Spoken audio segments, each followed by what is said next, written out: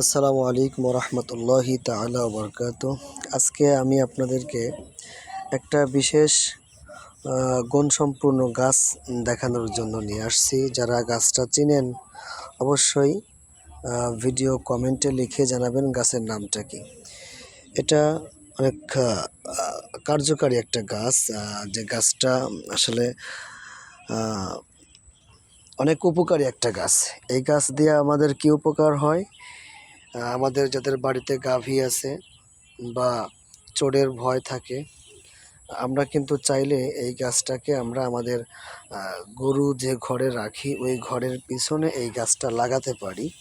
এটা এই গাছটা সাপকে প্রতিহত